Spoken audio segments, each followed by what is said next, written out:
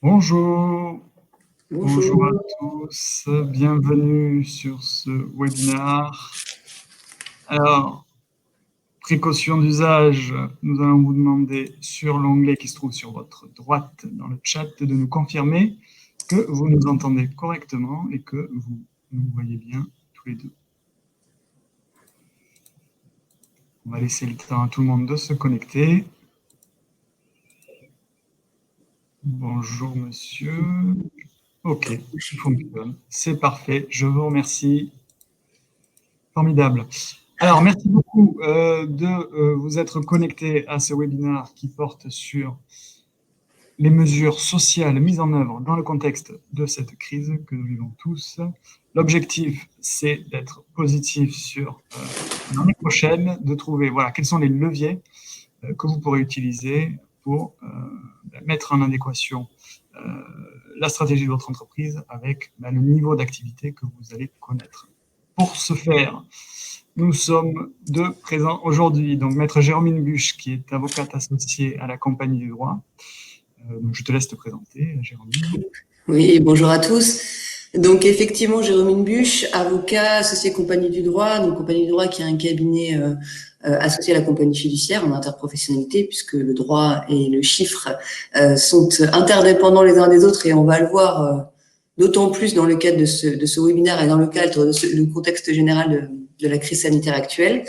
Donc j'interviens en droit du travail, droit de la sécurité sociale, conseil et contentieux, et donc vous êtes présenté les outils juridiques, en tout cas les outils juridiques tels qu'on les connaît à la date du 14 décembre, enfin 15 décembre aujourd'hui, mais il n'y a pas eu d'annonce particulière ce matin, puisque vous verrez, c'est un droit qui évolue au fil des évolutions fluctuantes de cette Covid, puisque apparemment c'est un nom féminin maintenant. Voilà, je laisse la parole à Bertrand, qui va également se présenter et débuter cette formation. Pour ma part, je m'appelle Bertrand Jalbert, donc je suis expert comptable à la compagnie fiduciaire. Donc j'interviens sur des missions d'accompagnement du chef d'entreprise et des directions comptables et financières sur des thématiques comptables, fiscales, financières pour de la recherche de financement. Et donc on a accompagné avec toute l'équipe les dirigeants sur cette période qui a été compliquée depuis le mois de mars. Donc l'objectif là de ce webinaire, c'est de se projeter sur ce qui arrive dans les prochains mois à partir des textes qu'on connaît aujourd'hui. Donc c'est un exercice qui n'est pas simple, mais on va essayer de vous guider à travers toutes ces mesures. Alors, au sommaire de ce webinaire, Jérôme, est-ce que tu peux nous dire un mot sur... Oui, alors, on vous disait, la situation de l'entreprise, c'est le point de départ de toute la réflexion qu'il va y avoir d'un point de vue, on va dire, juridique ou pratique. Qu'est-ce que je fais? Qu'est-ce que je vais faire demain? Comment permettre à mon entreprise de rebondir après cette année 2020 plus que compliquée? Et il y a donc un préalable qui est l'économique, la situation économique, la réalité financière de l'entreprise à tout niveau. Et ça, Bertrand vous en parlera, vous vous appuyez sur votre expert comptable pour faire un point d'étape. Et en suivant de ce point d'étape, on va vous présenter de manière, on va dire, synthétique et pratico-pratique, quelles sont les mesures, certaines vous les connaissez, mais elles évoluent au fil de l'eau, quelles sont les mesures que je peux mettre en œuvre à compter de 2021. L'activité partielle de longue durée. Et puis, il y a autre chose aussi, il y a le Code du travail en parallèle de toutes ces mesures d'accompagnement par l'État. Donc, un indispensable et un préalable indispensable, c'est la situation et le diagnostic économique de l'entreprise. Donc, on va vous le dérouler, cette présentation, donc avec du chiffre et du droit. Si vous avez des questions, vous n'hésitez pas à les poser via l'onglet questions que vous avez à votre droite. Et on y répondra vraisemblablement en fin de formation. Elles sont disponibles sur notre écran et sur le vôtre. Merci. Donc effectivement, le préalable pour bien identifier quelles mesures vous allez pouvoir mettre en place, c'est le diagnostic économique. Juste avant d'entrer dans le cœur du sujet, je voulais vous rappeler que la compagnie fiduciaire, en association avec la compagnie du droit, nous avons établi un livre blanc qui est téléchargeable sur notre site et qui contient toutes les aides financières mises en place pour les entreprises dans cette période que nous vivons. Donc, il est actualisé régulièrement. Donc, il contient évidemment toute la partie FSE, ce qui était appelé Fonds de solidarité, l'aide financière exceptionnelle, les subventions, les crédits d'impôt qui sont mis en place pour les abandons de loyer, pour ceux qui sont bailleurs. Voilà, tout ce qui est prêt, avance remboursable, les subventions, toutes les mesures, voilà, et certaines mesures qui ne sont pas spécifiques d'ailleurs à la pandémie et aux mesures mises en place pour cela, typiquement le carryback qui est un outil fiscal, voilà, donc vous pouvez vous référer à ce livre blanc, il est actualisé régulièrement, il est disponible sur notre site et également, n'hésitez pas à vous connecter sur la chaîne YouTube Compagnie Fiduciaire sur laquelle vous retrouverez un webinaire animé par William Lévesque, associé à Compagnie Fiduciaire, justement sur toutes les aides financières mises en place pour les entreprises. Voilà. Parce que c'est vrai qu'aujourd'hui, on va se concentrer sur les mesures sociales, mais il existe évidemment bien d'autres dispositifs et il est important que vous puissiez appréhender tout ça. Donc, n'hésitez pas à vous y référer et voilà, à le consulter. Le diagnostic économique, effectivement, c'est le point de départ de notre propos aujourd'hui.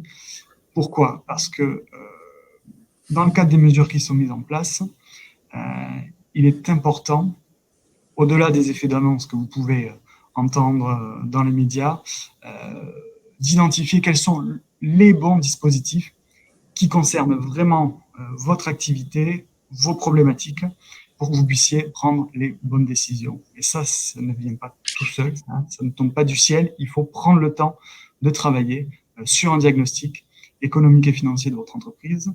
Pourquoi ? Parce que ça va vous permettre, comme je vous l'ai dit, d'identifier les bons dispositifs, mais au-delà de ça, Jérôme en parlera tout à l'heure, ça vous permettra aussi de présenter les choix que vous faites et de les défendre vis-à-vis de l'administration, qui aura quelquefois un avis consultatif, même des fois de décision, mais également vis-à-vis de vos salariés. Nous parlerons de l'activité partielle longue durée. Il y a un aspect négociation dans ces dispositifs. C'est pour ça que le préalable, indispensable, c'est vraiment ce diagnostic économique pour répondre à deux questions qui sont assez simples. Est-ce que mon entreprise, elle est confrontée à une baisse durable ou plutôt temporaire de son activité ? En fonction de la réponse, on pourra s'orienter vers une mesure plutôt qu'une autre. Et également, est-ce que ma société dispose des ressources appropriées pour y faire face ? Une fois qu'on a répondu à ces deux questions, on peut ensuite dérouler au niveau des différentes mesures. Ce que je vous propose de rentrer dans le diagnostic de manière un peu plus précise. Alors, d'abord, quelles questions doit-on se poser ? Je dirais l'analyse du risque de perte et des leviers d'exploitation. En fait, les fluctuations prévisibles du résultat d'exploitation elles vont dépendre évidemment de l'évolution du niveau d'activité de l'entreprise, de son carnet de commandes, du chiffre d'affaires prévisionnel que vous avez, qui est mesuré évidemment par le volume et les produits, l'évolution correspondante également des charges. Si toutes les charges de l'entreprise étaient rigoureusement proportionnelles à la recette, les fluctuations du résultat d'exploitation, elles seraient vraiment homothétiques. Il n'y aurait pas de différence entre les deux. Donc, pour pouvoir analyser tout ça de manière précise, en clair, est-ce que mes coûts fixes, quels sont mes coûts fixes et quels sont mes coûts variables pour faire face à cette baisse d'activité ? Pour formaliser le rôle des coûts fixes en matière de risque d'exploitation, on va s'appuyer sur une analyse qui est classique et assez élémentaire de la formation des résultats d'exploitation, qui s'appelle le volume, profit et coût. Voilà. Donc, d'abord, les coûts fixes, pour résumer, pour ceux qui ne sont pas forcément des financiers purs, parce que je vois que le public est assez varié, je vous en remercie, c'est formidable que vous vous intéressiez à ces sujets-là. Les coûts fixes, c'est simplement les coûts qui ne varient pas en fonction du niveau d'activité. Je prends un exemple qui est simple, c'est un loyer. Un loyer, par définition, il doit être acquitté de manière mensuelle ou trimestrielle et il ne varie pas suivant le niveau d'activité. Et de la même manière, et dans le propos qu'on va tenir aujourd'hui, l'idée c'est de penser aussi que la masse salariale et la ressource travail, la capacité de travail de vos collaborateurs représentent aussi, pour ceux qui sont en contrat à durée indéterminée, également ce qu'on appelle un coût fixe. Voilà. Donc l'idée derrière tous les dispositifs qui vont vous être présentés, c'est de variabiliser quelque part, de manière provisoire et négociée, une partie de ces coûts fixes. Voilà. Donc j'en reviens à la détermination de ce modèle coût-volume-profit. Il s'agit simplement de se poser sur une analyse prospective en disant, bon, mes coûts fixes sont identifiés, je vais déterminer à partir de ces coûts fixes ce qu'on appelle une marge sur coût, enfin, une marge sur coût variable. Donc, en clair, mon chiffre d'affaires prévisionnel moins les charges variables, donc celles qui varient en fonction du niveau d'activité, donc la consommation de ressources. Et également, ça va me permettre du coup de calculer ce qu'on appelle un coefficient d'absorption. En clair, la marge sur coût variable me permet de financer, de couvrir quel niveau de coût fixe. Et ce qui va ressortir de cette différence-là, c'est un résultat d'exploitation qui sera du coup obtenu par différence entre la marge sur coût variable et les coûts fixes. Tout ça, c'est un peu technique, je m'en excuse, mais c'est un préalable essentiel. L'idée, c'est quoi? L'idée, c'est de mesurer l'élasticité, donc la sensibilité de votre résultat d'exploitation par rapport à un niveau d'activité donné. Ça, c'est essentiel. Il faut que vous puissiez déterminer quel est votre point mort. Sans réflexion préalable sur ce point-là, on ne pourra pas identifier le dispositif le plus adapté pour répondre à ces problématiques. Également, ce diagnostic économique, il va pouvoir répondre à la question de la compétitivité de votre entreprise. Effectivement, on vient de parler de la rentabilité, avec cette analyse du point mort et de couverture des coûts fixes, mais il faut qu'on puisse aussi se poser la question de savoir est-ce que mon entreprise reste compétitive? Donc, la compétitivité, effectivement, elle est bien liée à la rentabilité, mais c'est une notion différente. La compétitivité, c'est plutôt l'aptitude de l'entreprise à faire face aussi bien aux opportunités, mais aujourd'hui, malheureusement, aux événements qui la menacent. Dans le cadre de, notamment, la récession et la pandémie actuelle que nous vivons. Pour le dire de manière peut-être un peu plus concrète, il s'agit, pour analyser la compétitivité, de mesurer les cash flows. Donc, les cash flows, qu'est-ce que c'est? C'est une différence de flux monétaire entre les encaissements, donc les entrées qui sont liées aux produits d'exploitation et les sorties monétaires qui sont liées aux charges d'exploitation, puisqu'il n'y a pas, vous le savez, pour les plus comptables et financiers d'entre vous, nécessairement de coïncidence entre le résultat et les flux de trésorerie. Cette analyse, elle est importante. Pourquoi? Parce que la question de la trésorerie, elle est centrale. Elle est centrale pour ces prévisions que vous allez présenter encore une fois à l'administration et potentiellement à vos salariés également. Donc, la notion de trésorerie, elle sert aussi à prévoir une notion de plan de financement pour mon activité sur les mois et l'année à venir. Voilà. Donc, est-ce que cette trésorerie me permet de couvrir mon besoin en fonds de roulement, si j'anticipe des variations du coût à la hausse ou à la baisse de mon activité, mais également des investissements de renouvellement. Ça nous oblige à nous poser la question de savoir si notre outil de production est adapté aux enjeux nouveaux qui résultent de cette pandémie. Est-ce que je dois renouveler du matériel, des machines, donc financer du coup de l'actif immobilisé, ou est-ce que je dois lancer des actions de formation, prévoir de réadapter les compétences de mes équipes aux nouveaux enjeux que je connais. Donc, tout ça, c'est très très important puisque ça va nous permettre, cette analyse-là va nous permettre de documenter et de choisir les bons dispositifs pour mettre l'entreprise, pour aligner l'entreprise, j'ai envie de dire, aux enjeux qu'elle connaît. Enfin, pour terminer sur le propos du diagnostic économique, je voudrais simplement vous rappeler que l'analyse financière et ce diagnostic, c'est toujours une question de point de vue. C'est-à-dire qu'il y a les préoccupations du dirigeant, dont vous faites partie et qui sont parfaitement légitimes, mais votre banquier aura d'autres préoccupations, les actionnaires potentiellement aussi, mais pensez toujours aux salariés également. Donc, il est important de vous faire accompagner pour ce diagnostic économique et financier. Vous maîtrisez effectivement tous les enjeux concurrentiels, vous maîtrisez probablement vos enjeux financiers aussi, mais il est important d'avoir un regard extérieur, justement, pour être certain que les critères que vous retenez pour mettre en avant un dispositif plutôt qu'un autre, ou un mix de dispositifs, puisque c'est évidemment possible, voilà, il serait important de vous faire accompagner par votre expert comptable et par votre avocat pour adopter un point de vue qui soit clair et indiscutable pour tous. Voilà. Nous répondrons à vos questions tout à l'heure là-dessus, et je laisse la parole du coup à Jérôme pour vous parler de l'activité partielle. Oui, donc comme il vous a été présenté par Bertrand, on a ce préalable de la situation de l'entreprise. La situation de l'entreprise, elle va dicter un certain nombre de décisions à prendre. Et là, on va se concentrer effectivement aujourd'hui sur les décisions d'un point de vue, on va dire, droit du travail. Il y en a plusieurs, nombreuses. Il y en a la première, on va dire, emblématique, puisque tout le monde en a entendu parler depuis le 16 mars, c'est l'activité partielle. Donc, c'est l'un des leviers mobilisables au regard de ce qu'aura été le diagnostic fait avec votre expert comptable de la compagnie fiduciaire. Donc, l'activité partielle, déjà, un préalable, parce que c'est un mécanisme qui n'existe pas depuis la crise sanitaire, il a, entre guillemets, toujours existé. Qu'est-ce que c'est ?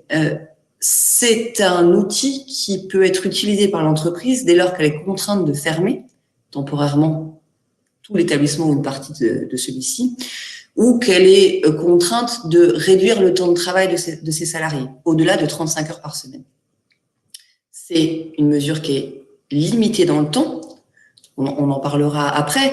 C'est un outil, du coup, alors évidemment, en 2020, la situation a été particulière parce que ça couvert à peu près toute l'année 2020, mais par principe, c'est limité dans le temps. Donc ça, pour schématiser un peu, a priori vocation à concerner des entreprises qui traversent une situation très temporaire. C'est vrai qu'aujourd'hui, il est très compliqué de savoir ce que c'est que la notion de temporalité. On ne sait pas de quoi il fait demain d'un point de vue sanitaire. Donc, se dire est-ce que la situation va durer 1 mois, 2 mois, 6 mois, c'est très compliqué, on le sait bien. Mais par principe, c'est un mécanisme court dans le temps. C'est collectif.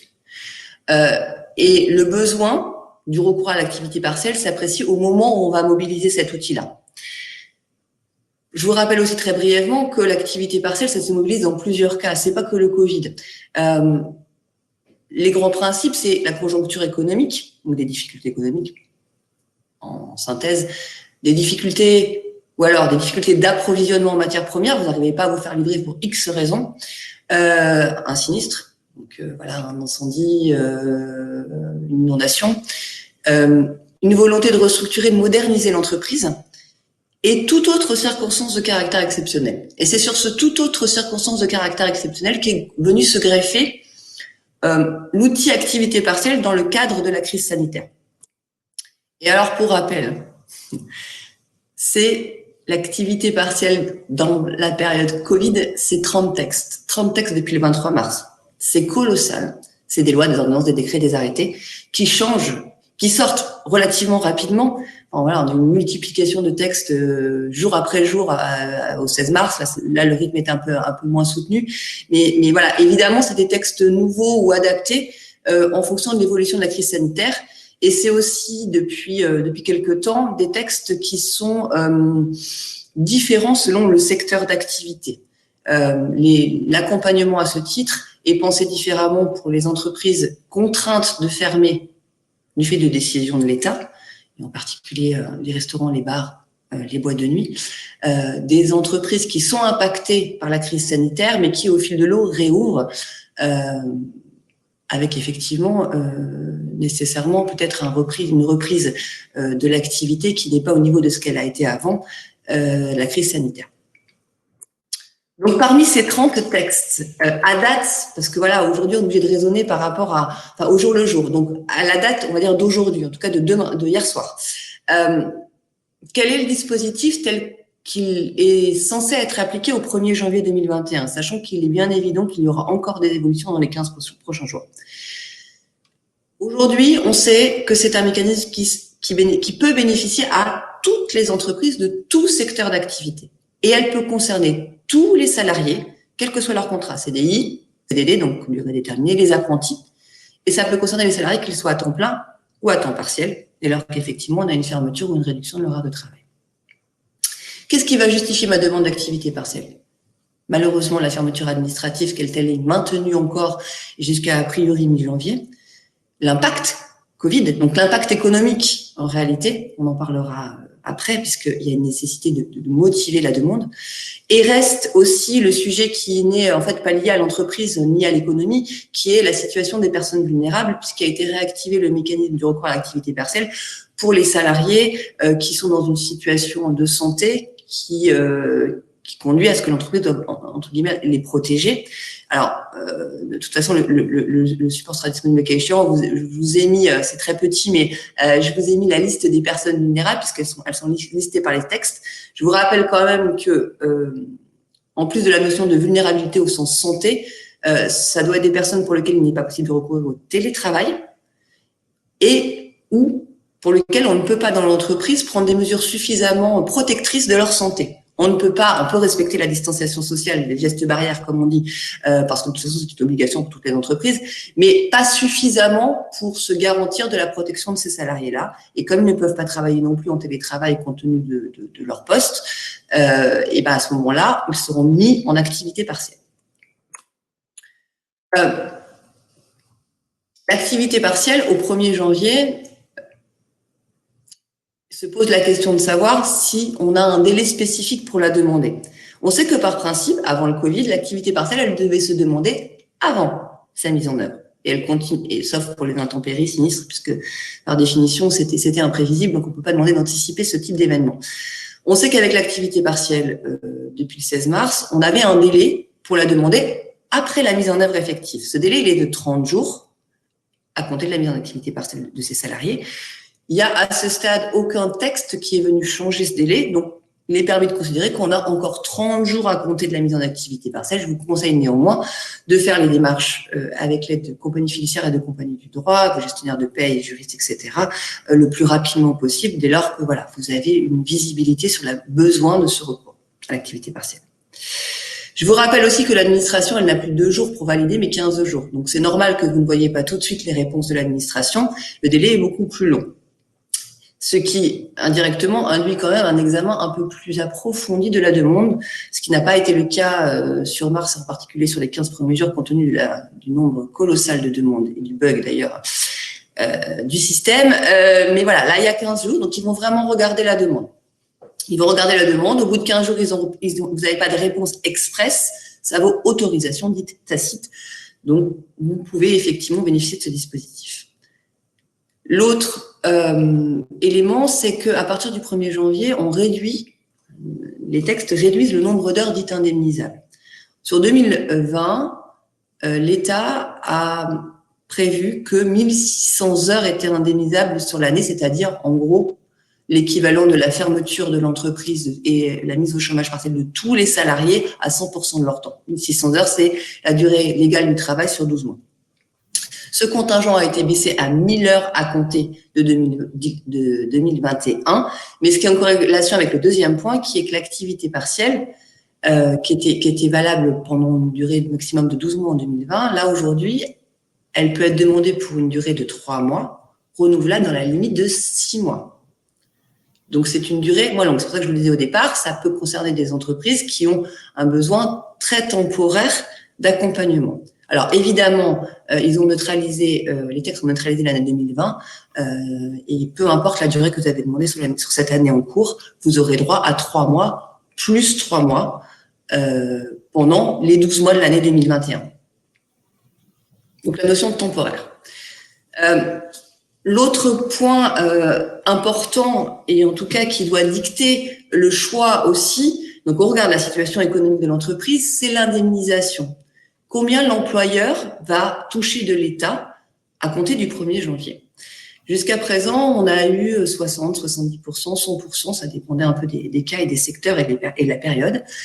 On sait qu'en l'état actuel des textes, au 1er janvier, l'accompagnement, donc le paiement des heures chômées par les salariés, sera pris en charge à hauteur de seulement 36% par l'État. Donc, quand vos salariés ne travaillent pas sur les heures qu'ils ne travaillent pas, il vous restera une partie à votre charge. Donc, c'est pour ça qu'il est important de connaître aussi l'état de la trésorerie de l'entreprise pour voir si effectivement cette aide drastiquement réduite est effectivement l'outil dont vous avez besoin, en tout cas, pouvez effectivement mobiliser. Donc 36% dans la limite de 4,5 SMIC. Je vous rappelle également que quand on parle d'activité partielle, c'est tous les salariés ont arrêté de travailler pendant une période considérée ou les salariés travaillent encore un petit peu. Je ne sais pas, 1 jour par semaine, 2 jours par semaine. Ces jours où ils travaillent, ils sont payés normalement par l'entreprise selon leur salaire habituel, avec les charges qui vont avec. Donc ça, c'est un coût aussi à la charge de l'entreprise. Et sur la partie des heures chômées, voilà, là, effectivement, on a une partie qui est indemnisée par l'État, mais pas 100%. Pour les secteurs alors, que j'ai appelés vulnérables, entre guillemets, ou en tout cas peut-être les plus emblématiques, malheureusement, que sont les entreprises qui sont encore fermées et qui sont a priori encore fermées jusqu'à mi-janvier, à savoir les restaurants, les bars, les boîtes de nuit, les salles de spectacle, etc. Aujourd'hui, alors il y a eu des annonces du ministre du Travail qui a précisé que l'activité partielle continuerait d'être prise en charge à 100% pour les entreprises, mais aujourd'hui, il n'y a pas de texte. Pas besoin d'inquiétude plus que ça. Il est bien évident que compte tenu du fait que vous êtes, parce que j'ai vu un certain nombre d'entreprises de cette nature-là parmi les participants, pas d'inquiétude, vous êtes obligé de rester fermé. L'État va continuer de vous accompagner avec une prise en charge à 100% du coût de l'activité partielle. Mais c'est vrai qu'aujourd'hui, à la date du 15 décembre, il n'y a pas de texte. Il n'y a pas de texte sur ce qui se passera au 1er janvier pour ces structures-là. Donc, côté employeur, 36% dans la limite de 4,5 SMIC. Et côté salarié, puisque vous, employeur, vous bénéficiez d'une allocation d'activité partielle payée par l'État, et du côté du salarié, il perçoit une indemnité de chômage partiel pour les heures qu'il ne travaille pas. Il a sur cette indemnité une perte de revenus par rapport à une heure de travail classique, puisqu'il touche 60% de sa rémunération brute antérieure, pareil dans la limite de 4,5 SMIC.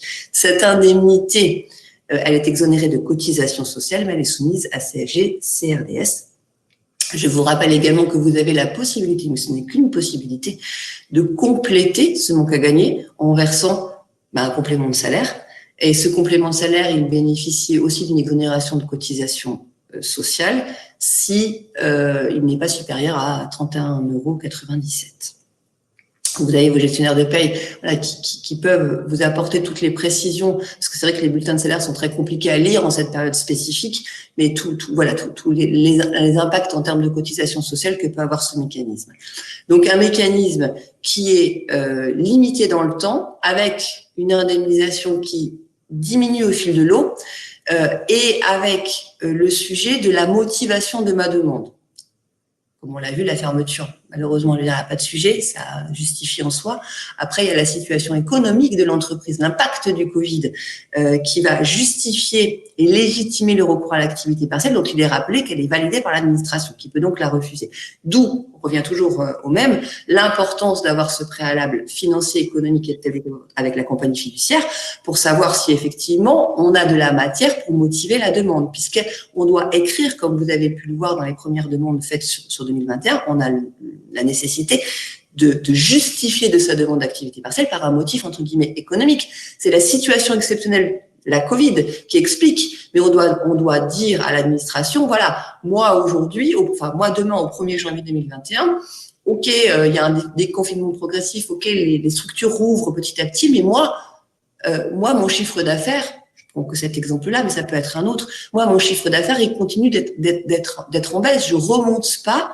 Et tout ça, on va l'écrire. Ou ma trésorerie est fortement dégradée. Voilà un certain nombre d'indicateurs que va vous renseigner votre expert comptable. On va l'écrire dans la demande d'activité partielle pour justifier notre demande et pour être sûr que l'administration va nous valider la demande. Absolument. Ça va prendre plusieurs formes. Tout d'abord, des attestations de chiffre d'affaires, donc historiques réalisées, que nous sommes en capacité de produire en qualité d'expert comptable, mais également, nous pouvons travailler avec vous aussi sur un prévisionnel financier, alors que ce soit sous la forme d'un rapport d'expert comptable avec du coup une opinion sur des prévisions financières que vous aurez préalablement travaillé et documenté de votre côté, ou également la constitution en collaboration avec nous du prévisionnel financier à proprement parler, qui serait à l'entête du cabinet d'expertise comptable, sur lequel l'expert comptable du coup s'engagerait en émettant une opinion sur les prévisions financières. Et ça permet de donner l'opinion d'un tiers, d'un professionnel du chiffre, qui sera du coup communiqué à l'administration. Tout à fait, tout à fait. C'est nécessaire de toute façon pour avoir une vision de la situation de votre entreprise, dans l'absolu, mais c'est aussi indispensable pour toutes les mesures en droit du travail. L'activité partielle, là, on va terminer sur ce point-là, comme l'activité partielle de longue durée qu'on verra après, comme toute autre mesure de nature économique qu'on peut mettre en œuvre. On a besoin de chiffres et de données chiffrées pour justifier de la demande et de la nécessité d'avoir recours à ces dispositifs. Un dernier point sur l'activité partielle l'activité partielle de droit commun plus exactement. Il y a un dispositif qui n'a pas été abrogé, qui n'a pas été amendé du fait de la crise sanitaire. C'est que lorsqu'on fait une demande d'activité partielle une première fois et qu'on renouvelle, qu'on allonge cette demande, qu'on en fait une nouvelle quelques mois après, quelques semaines après, il est nécessaire de souscrire des engagements. Alors avant tout ça, ces engagements se construisaient avec la directe. Il y avait un échange entre l'employeur et la directe, et elle vous proposait ou elle vous imposait des engagements envers la situation que vous lui présentiez. Aujourd'hui, c'est pas tout à fait comme ça que les choses se passent, puisque ce temps-là n'existe plus. Les actions doivent être rapides et la mise en œuvre des mesures aussi. Mais ce qui est certain, c'est que lorsque vous formulez une demande d'activité partielle de droit commun, si c'est pas la première fois, pour parler très pratico-pratique, l'ASP, le site de l'ASP va pas avancer. Vous ne pourrez pas aller plus loin dans la demande si vous n'avez pas pris des engagements. Et ces engagements, ils doivent être respectés, sauf à prendre le risque de devoir rembourser les allocations d'activité partielle. Ces engagements, c'est quoi? C'est un maintien dans l'emploi. Alors, qu'est-ce que c'est qu'un maintien dans l'emploi? Alors, pendant la période d'activité partielle, j'allais dire, entre guillemets, ça va à peu près de soi, ou en tout cas, c'est comme ça qu'est pensé le système. Mais c'est aussi peut-être et surtout, dans l'état des textes qui existaient avant, mais qui ne sont pas amendés, c'est maintenir dans l'emploi dans les mois qui suivent l'activité partielle. Donc ça, voilà, c'est à construire ensemble. On regarde votre entreprise, votre activité, de l'effectif, etc., etc. Mais à un moment donné, on va écrire noir sur blanc un engagement dans la demande qu'il faudra donc respecter. Donc il faut le limiter dans le temps et dans l'espace. En tout cas, on regarde le nombre de salariés concernés. Donc, premier point, le maintien dans l'emploi, mais c'est pas forcément que ça. Ça peut être aussi comme engagement des actions de formation. Voilà, profiter, c'est pas très beau, mais profiter de ces périodes de chômage pour former les salariés, parce que l'entreprise évolue, parce que plus de nouvelles technologies pour satisfaire la clientèle, par exemple, la création de sites internet, etc. Donc profiter de ces moments-là pour faire de la formation, c'est un engagement que vous pouvez prendre qui est, j'allais dire, moins contraignant que le maintien dans l'emploi. Et parfaitement en lien avec le diagnostic économique et social qu'on aura bâti au préalable, puisqu'il permet de mettre l'entreprise en cohérence avec son marché. C'est-à-dire que s'il y a des enjeux de compétitivité, de formation, il faut en profiter du coup pour mettre en place ces dispositifs-là. Et alors du coup, si mon activité est impactée par une baisse durable de son activité ou des difficultés durables. Alors, si l'impact de la crise sanitaire, alors c'est toujours pareil, hein, on navigue un petit peu tous à vue sur ce que sera demain, mais dans certains secteurs, enfin pas forcément que dans certains secteurs, dans certaines entreprises, quel que soit leur secteur d'activité, on sait déjà, vous savez déjà plus ou moins que c'est pas 1 mois ou 2 mois qu'il va falloir pour redresser la situation, c'est plusieurs mois. Je prends les exemples, on va dire, très emblématiques que sont l'aéronautique, par exemple, ou entreprise satellite de l'aéronautique. On sait que malheureusement, même quand tout sera terminé d'un point de vue sanitaire, ça va pas repartir, et le tourisme c'est pareil, d'un claquement de doigts, et c'est plusieurs mois, soyons optimistes, plusieurs mois, ou peut-être 1 année ou 2 années, pendant lesquelles on va continuer, vous allez continuer de subir les conséquences de cette année 2020 si particulière. Et là, donc, il y a un mécanisme qui a été mis en place, ou en tout cas construit, puisqu'il existait un peu mais sous une autre forme, qui a été construit pour... je suis allée très très vite. Pour tenir compte de cette situation, c'est la fameuse activité partielle de longue durée. Donc là, c'est des difficultés durables de l'entreprise, mais qui ne sont pas de nature à compromettre la pérennité de l'entreprise. Dit autrement, ça va durer longtemps, mais on sait qu'au bout, on va se redresser, l'entreprise va survivre, et c'est construite à tous. C'est une mesure, l'activité partielle de longue durée, qui est générale, qui va s'appliquer on va en parler, dans toute l'entreprise ou une partie, qui va s'imposer aux salariés. Elle a pour objectif de permettre à l'entreprise de voir venir en diminuant le temps de travail de ses salariés, en contrepartie d'engagement et en contrepartie aussi d'un accompagnement financier par l'État. Donc là, c'est pareil. Qui est concerné? C'est toutes les entreprises en France, quelle que soit leur taille et quel que soit leur secteur d'activité. Mais une fois qu'on a dit ça, ça va pas être l'outil adapté à toutes les entreprises, justement. On aura construit ensemble et on aura déterminé ensemble si c'est bien pour vous, compte tenu de votre secteur ou compte tenu du nombre de salariés. Je suis pas certaine qu'une entreprise qui compte un seul salarié dans le secteur de la restauration, par exemple, ce soit l'outil à mobiliser pour cette structure, parce que c'est un outil un peu plus complexe que l'activité partielle de droit commun. C'est un outil qu'on peut mettre en œuvre depuis le 31 juillet 2020 et pour lequel on pourra faire une demande auprès de l'administration jusqu'au 30 juin 2022.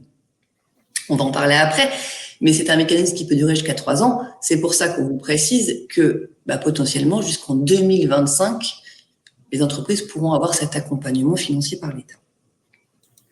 3 ans, 24 mois sur 36 mois consécutifs, c'est la durée maximum, 24 mois, mais la demande se fait par période de 6 mois. Vous demandez pour 6 mois et vous renouvelez la demande tous les 6 mois. Alors, c'est un peu plus complexe que l'activité partielle tout court. L'activité partielle de longue durée, elle peut être mise en œuvre selon 2 modalités. Soit on négocie un accord collectif d'entreprise, soit il existe au sein de la branche d'activité dans laquelle vous évoluez un accord de branche. Et dans ce cas, une simple décision unilatérale de l'employeur sera suffisante.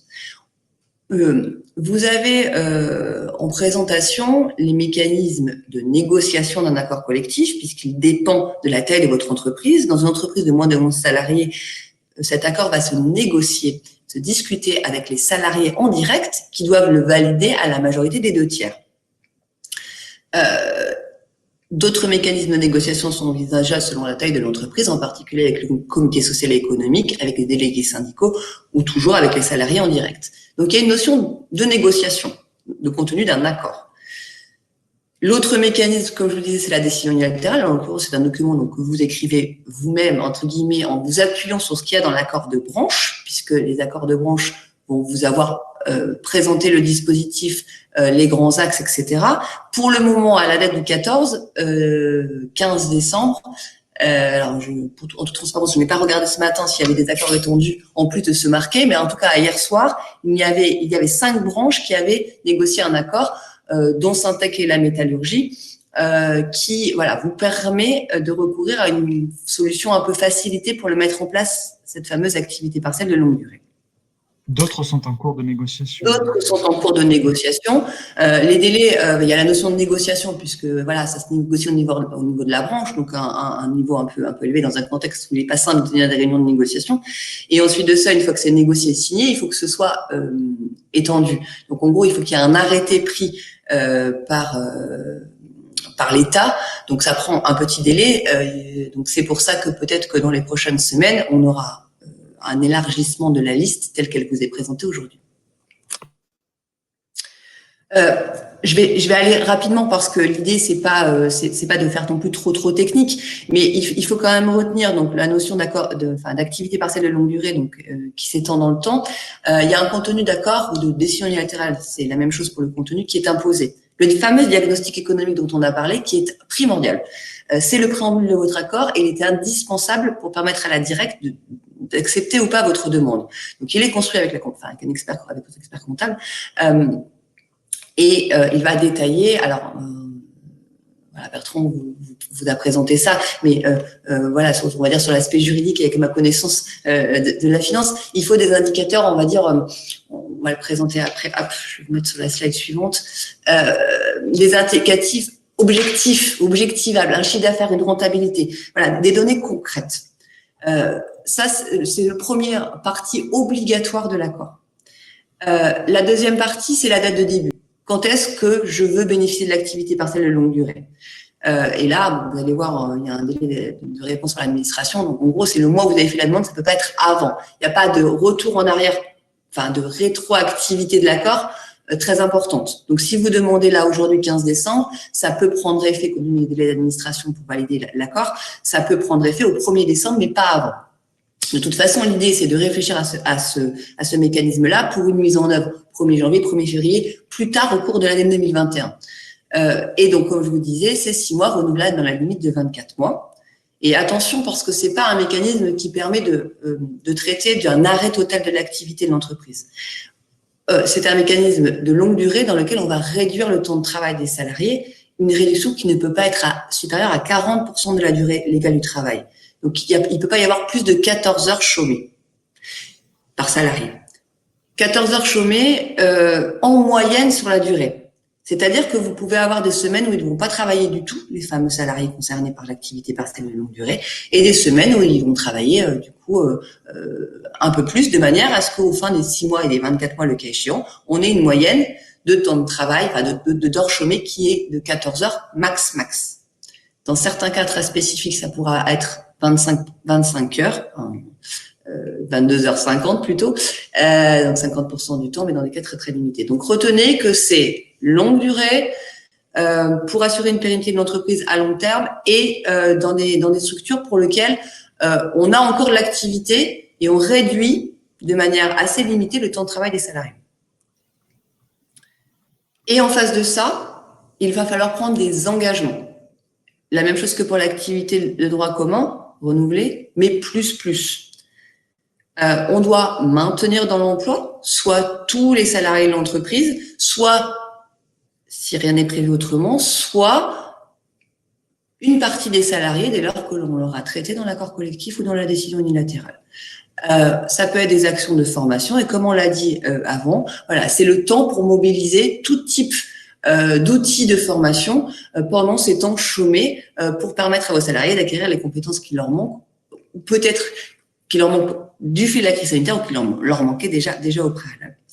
Et cette réduction d'activité, on va l'appliquer, et ça va être précisé dans les documents, à une activité ou à une catégorie de salariés qu'on aura définie dans l'accord. Donc tout ça, on va le penser ensemble et tout ça, on va le construire en fonction de chaque entreprise, de chaque spécificité d'entreprise, de chaque secteur d'activité et du nombre de salariés concernés. Donc c'est vraiment du sur-mesure. C'est des outils sur mesure, on peut pas les penser autrement parce que c'est votre besoin qui va dicter le contenu, l'outil déjà, et le contenu de l'accord. Et c'est un accord qui est validé ou homologué. Alors voilà, les subtilités juridiques, mais un accord collectif, si c'est cette voie-là qui a été utilisée, l'administration, elle le valide et elle a 15 jours pour le faire avec un contrôle assez léger du contenu. Si c'est une décision unilatérale, elle l'homologue et elle a 21 jours pour le faire, donc un délai plus long, parce qu'elle a un contrôle un peu plus poussé du contenu. Ensuite de ça, une fois qu'on a l'homologation et le silence au terme du délai vaut homologation ou validation, on devra tous les 6 mois actualiser notre demande. Donc actualiser, enfin faire état du respect de nos engagements par rapport à ce qu'il y avait dans l'accord en termes de maintien dans l'emploi, de formation, etc. Et on devra aussi repenser avec les outils financiers qui vont bien, le bilan, le diagnostic tel qu'on l'avait fait. Donc tous les 6 mois, on retourne voir l'administration avec des outils actualisés, si on souhaite renouveler. Et c'est là où il présente un certain intérêt par rapport à l'activité partielle de droit commun, cette activité partielle de longue durée, c'est que la prise en charge par l'État des heures chômées est un peu plus importante. C'est pas 36%, c'est 60% de la rémunération des salariés. Et de leur côté, les salariés vont avoir le maintien, avoir une indemnisation qui correspond à peu près, qui correspond à 70% de leur salaire. Il y a un petit flou, pour rien vous cacher, c'est pour les secteurs que j'ai appelés protégés, mais en gros les secteurs plus vulnérables ou encore en fermeture, les taux, les textes prévoyaient un taux de 70% jusqu'au 31 décembre 2020.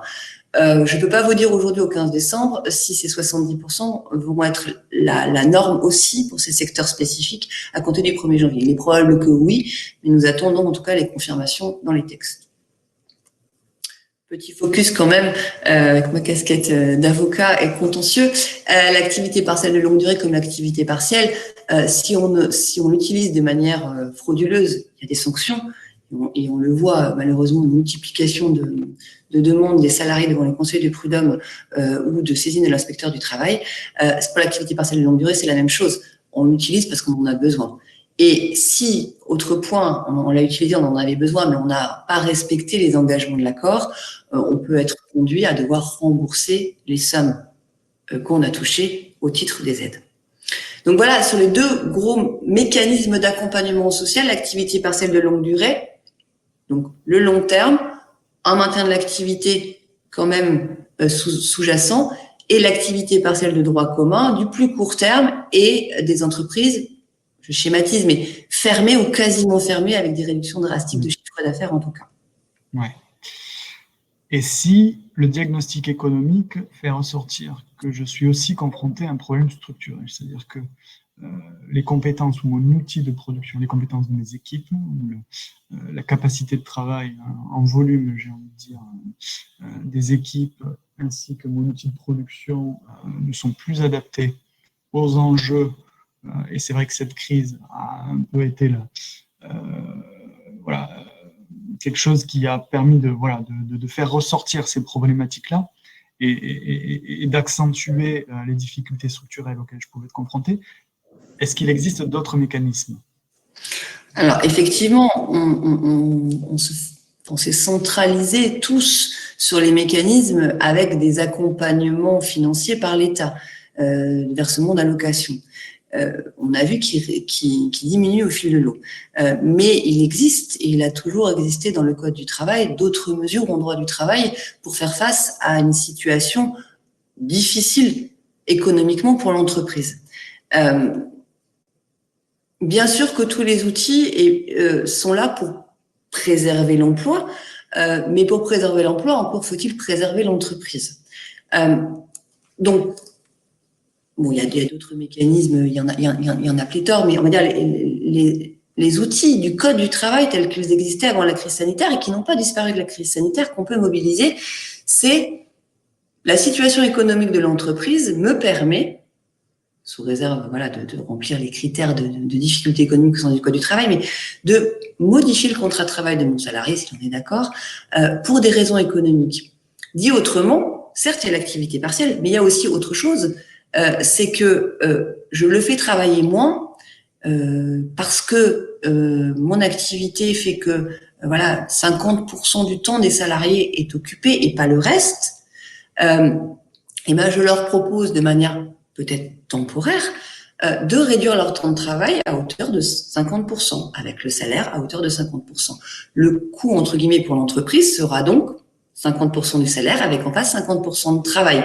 Donc, on aura mis une corrélation entre la réalité du business et la réalité du temps des salariés. Et on aura pu se poser la question de savoir combien je suis indemnisé pour les heures travaillées. Les heures travaillées ne sont pas payées aux salariés, mais parce qu'ils ne travaillent pas non plus.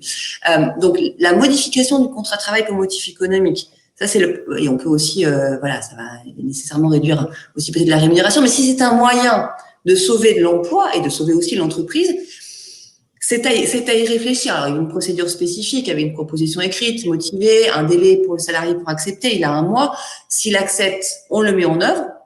S'il refuse, alors effectivement, soit on maintient les conditions antérieures et on mobilise les aides telles qu'on les a vues avant, soit on peut engager une procédure de licenciement pour motif économique. Donc, oui, préserver l'emploi, mais oui, préserver l'entreprise. Et si ça doit passer par des suppressions de postes, parce que c'est le meilleur moyen de sauver les autres postes de l'entreprise et donc des emplois, eh ben, c'est pas interdit. Le Covid n'interdit pas les ruptures de contrat de travail. Donc, la notion de suppression de poste, parce que l'entreprise traverse des difficultés économiques, peut être mise en œuvre. Alors effectivement, articulée avec les engagements de maintien de l'emploi que vous avez peut-être pris. Mais si ces engagements sont terminés au 1er janvier ou que vous n'en aviez pas pris, voilà, on réfléchira ensemble au regard de la situation s'il n'y a pas la nécessité de supprimer un ou deux postes et on mettra en œuvre la procédure de licenciement avec voilà la justification économique telle qu'elle aura été construite avec Bertrand et les autres experts comptables de la compagnie fiduciaire et qu'on inscrira dans la lettre de licenciement. Donc notamment, je prends une entreprise de moins de 11 salariés, une baisse de chiffre d'affaires pendant 3 mois consécutifs en comparaison avec l'année 2019 par exemple. Voilà, ça c'est un des leviers, mais il y en a d'autres, la renta, la trésorerie, etc. Tout ça, on va prendre ces outils, ces éléments financiers et partie compagnie du droit va construire le motif juridique, économique au sens du Code du travail. Petite précision. Oui, pardon. Pardon, non, je disais, ce sont des mécanismes et qui sont, entre guillemets, mieux maîtrisés, mieux connus, parce que ce sont des textes qui sont applicables depuis un certain temps et qu'on utilisait d'ores et déjà par le passé, avant la pandémie. Donc, exactement. Exactement, on a un peu moins d'incertitude. Alors il y a toujours l'aléa. Vous m'entendrez toujours parler de l'aléa judiciaire ou de l'aléa qu'il peut y avoir, mais évidemment, on construit le motif économique et on mène la procédure qui sécurise la rupture et qui fait que si par extraordinaire une saisine du Conseil des prud'hommes intervenait, voilà. On a garanti contre les risques sous réserve de l'aléa judiciaire. Alors c'est vrai que voilà, comment vont appréhender les conseils des prud'hommes ces procédures de licenciement, on le saura dans quelques mois, mais voilà, un certain nombre d'entreprises ont malheureusement la matière économique pour construire un licenciement économique et donc supprimer un emploi. Je précise quand même pour information qu'alors en termes de coûts, que ce soit un licenciement économique, un licenciement personnel, une rupture conventionnelle, c'est la même indemnité qui est versée aux salariés. Petite parenthèse, je déconseille les ruptures conventionnelles à l'initiative de l'employeur en cette période spécifique, parce que là pour le coup elles sont très très risquées. Alors, si ça vient du salarié, pas de problème, mais privilégier à ce moment-là, si à la matière, le licenciement économique. Pour une autre raison, c'est que si en termes d'indemnité, le salarié a la même chose, en termes d'accompagnement par Pôle emploi, les choses sont différentes. En matière de licenciement économique, il peut adhérer au contrat de sécurisation professionnelle, qui lui permettra d'être accompagné par Pôle emploi de manière plus pour retrouver plus facilement un emploi, mais en contrepartie de ça, il va avoir un maintien de salaire pendant 1 an. Voilà. Donc, certes, il a perdu son emploi, mais il est accompagné avec sans perte de revenus pendant 12 mois. Sous réserve d'avoir acquis suffisamment de droits au chômage, bien sûr. Mais voilà. Donc, n'oubliez pas, au-delà des règles, des aides spécifiques, n'oubliez pas le Code du travail est ce qui a toujours existé et qu'on peut effectivement mobiliser aujourd'hui en vous accompagnant pour sécuriser tout ça et voilà, et vous permettre, comme le titre du webinaire le disait, de rebondir en 2021. Voilà. Merci. Le mot d'ordre, donc, c'est donc l'anticipation.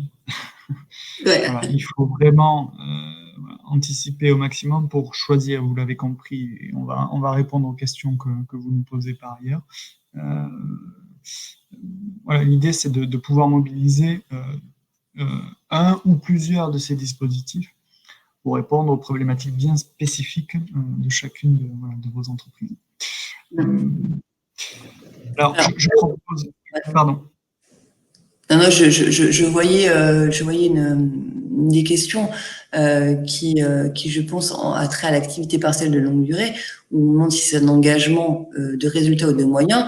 Sur les engagements pris, c'est une obligation de résultat. Vous devez tenir les engagements, sauf à prendre le risque de sanctions qui consiste principalement, et c'est à rembourser les aides que vous avez perçues. Donc c'est pas alors on sait effectivement les communications gouvernementales sur ce sujet-là, c'est prenez l'activité partielle de longue durée, c'est l'outil parfait pour préserver l'emploi, etc.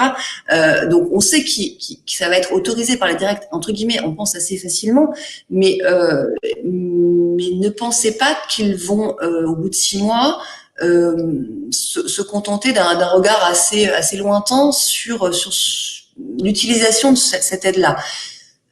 Dans 6 mois, c'est loin. Je ne sais pas aujourd'hui à date le nombre de demandes qui ont été formulées au titre de l'activité partielle de longue durée. Il y en aura beaucoup, certes, mais ça leur permettra quand même de regarder ce qu'il en est. Si vous n'avez pas respecté vos engagements au bout de 6 mois, soit vous n'aurez pas de renouvellement de l'activité partielle de longue durée, ça a le moindre mal, entre guillemets, soit vous rembourserez ce que vous avez touché pendant 6 mois. Donc, c'est une obligation de résultat. Très bien. Je vois une autre question, Jérôme, sur... je pense à laquelle on a répondu déjà, oui. Est-ce qu'on peut également envisager des licenciements économiques si la baisse d'activité est durable? Je laisse Jérôme. Alors, pour répondre à cette question, et parce que je sais que ça concerne le secteur de la restauration, pour ce secteur-là, le recours à l'activité partielle de longue durée, je ne suis pas sûre que ce soit l'outil le plus adapté. En revanche, l'activité partielle tout court, oui, et il est vraisemblable que l'État le prolonge autant qu'il prolonge la fermeture de ce type de commerce. Maintenant, effectivement, aujourd'hui, comme demain, il va falloir réfléchir ensemble à un moment où peut-être effectivement on va reprendre, mais avec dans un premier temps moins de salariés, et donc on va supprimer 1 ou 2 postes peut-être. C'est pas interdit, et c'est peut-être l'outil aussi pour rebondir sur ce type de secteur-là. Alors, une question peut-être un peu plus comptable et financière. Pour une entreprise sans chiffre d'affaires, comment s'apprécie la baisse d'activité pour mettre en place le chômage partiel? Alors là, c'est pas une question simple, mais il faudrait rentrer vraiment dans le cœur du sujet avec vous de manière précise pour savoir pour quelles raisons l'activité ne dégage pas encore de chiffre d'affaires. Est-ce que c'est quelque chose de structurel parce que vous êtes dans une société qui est, par exemple, un laboratoire qui fait de la R&D, je prends l'exemple, il peut y en avoir d'autres, auquel cas, je pense que la question s'apprécierait par rapport à un empêchement de travailler. Alors, je parle sous le contrôle de Jérôme, évidemment, mais dès lors que vous n'êtes pas en capacité de travailler, parce qu'il pourrait s'agir de prestations au sein d'un groupe, par exemple, ou de travaux de R&D même qui sont menés pour des sociétés innovantes, si l'un de vos partenaires, fournisseurs, est défaillant de manière temporaire, permanente, je pense qu'on peut pouvoir le motiver effectivement parce que la matière, l'objectif du travail de vos équipes n'est plus atteignable. Voilà. Non, mais tout à fait. De toute façon, oui, on va construire autrement on va construire autrement que. Voilà, parce que aujourd'hui, nos entreprises sont dépendantes les unes des autres, effectivement. Et donc, il peut y avoir dans une chaîne de valeur un intervenant qui est temporairement défaillant. Et quand je dis défaillant, c'est pas de son fait, hein, c'est du fait du contexte, évidemment, et qui génère une série d'empêchements pour d'autres secteurs d'activité, d'autres partenaires de cette entreprise-là. Donc, effectivement, on va pouvoir le motiver, encore une fois, avec des éléments très factuels, très concrets. Donc, ça peut être par,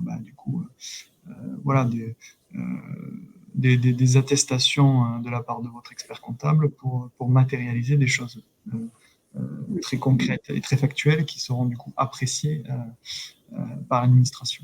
Voilà. Alors, je vois un certain nombre de questions qui sont dans le chat. Oui. Alors, une que je trouve intéressante, alors parmi d'autres, hein, évidemment, est-ce qu'on peut préférer la négociation d'un accord collectif à un accord de branche, maître? La réponse est oui. C'est pas parce qu'on a un accord de branche qu'on est obligé de passer par la voie de la décision unilatérale. Parce que vous avez vu, l'administration a un délai plus long pour l'homologuer. Et surtout elle a un regard un peu plus important sur le contenu. Donc c'est pas parce que vous êtes couvert par un accord de branche que vous êtes privé de la possibilité de passer par l'accord collectif d'entreprise. C'est juste que ce mécanisme a été prévu pour alléger un peu le mécanisme quand les partenaires sociaux ont déjà négocié. De la même manière que vous n'êtes pas forcément lié par ce qu'il y a dans l'accord de branche. Alors évidemment, d'abord en principe, il est adapté à l'activité de la branche, mais voilà, il y a des ajustements qui seront nécessaires dans votre décision unilatérale et dans votre accord d'entreprise, le cas échéant. Donc c'est l'un ou l'autre à chaque fois. Enfin, à chaque fois. S'il y a un accord de branche, c'est accord collectif ou décision unilatérale. S'il n'y a pas d'accord de branche, c'est que l'accord collectif. Voilà. Je vois une question sur les ruptures conventionnelles. Voilà. Qu'en est-il d'une rupture conventionnelle et de la PLD si on a pris un engagement de maintien dans l'emploi? Alors effectivement, il faut que ce soit plutôt à l'initiative du salarié. C'est ça. C'est pour ça que je vous disais attention aux ruptures conventionnelles, parce que effectivement, c'est toujours compliqué de savoir qui était l'initiative de quoi. Ce qu'on sait, c'est que quand on vous dit les licenciements sont interdits pendant les périodes de maintien dans l'emploi, schématisant, c'est les licenciements de nature économique. Si vos salariés commettent une énorme faute sur le temps où ils travaillent, vous n'êtes pas privé de votre pouvoir disciplinaire, donc vous pouvez les licencier pour faute grave. Enfin voilà, il n'est pas compétent, vous avez passé la période d'essai, mais il reste l'insuffisance professionnelle. Ce qui est interdit, c'est l'économique, c'est que la situation économique conduise à une rupture de contrat de travail.